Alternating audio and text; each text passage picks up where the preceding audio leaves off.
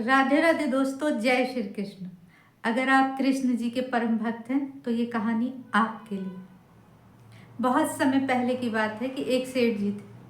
वो कृष्ण जी के परम भक्त थे। कृष्ण जी उनके हृदय में बसे हुए थे।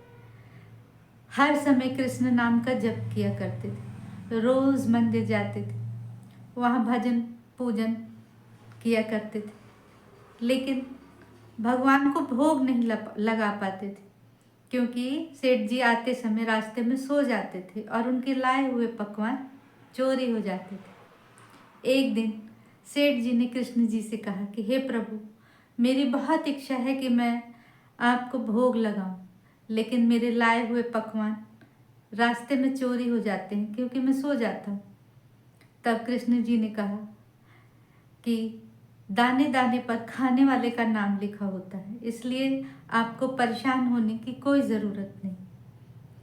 तब सेठ जी ने कहा कि कुछ भी हो जाए, मैं कल आपके लिए खाना लेकर ही आऊँगा, मैं आपका भोग ज़रूर लगाऊंगा। और ऐसा कहकर सेठ जी चले गए।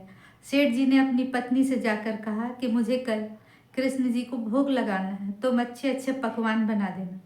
सेठ जी की पत्नी ने पकवान तैयार कर दिया और सेठ जी को दे दिया। सेठ जी जब चलने लगे तो रास्ते में उन्हें एक छोटा बच्चा 5-6 साल का रोता हुआ मिला और सेठ जी के पास आकर बोलने लगा कि मुझे बहुत भूख लगी, मैंने कुछ दिनों से खाना नहीं खाया। देखने में भी बहुत दुबला पतला हड्डियों का ढांचा लग रहा था।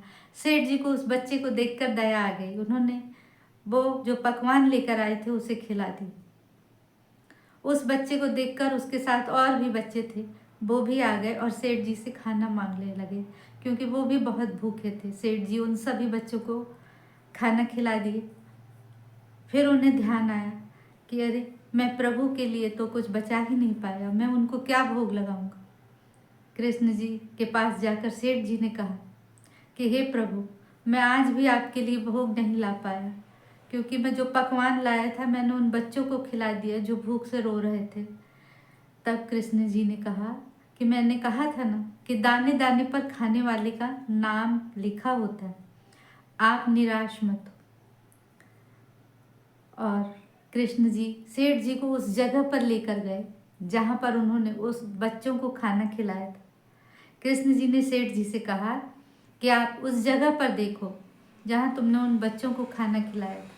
सेठ जी ने जब उधर देखा तो उनकी आंखें फटी की फटी रह गईं। उन बच्चों के साथ में कृष्ण जी खाने के लिए लड़ाई कर रहे थे। ये देखकर सेठ जी की आंखें भर आई और उन्होंने प्रभु की महिमा दिल से मान ली कि प्रभु की महिमा अपरंपार। तो दोस्तों, आपको ये कहानी कैसी लगी कमेंट में बताइएगा। तब तक के लिए राधे राधे, जय श्री कृष्ण।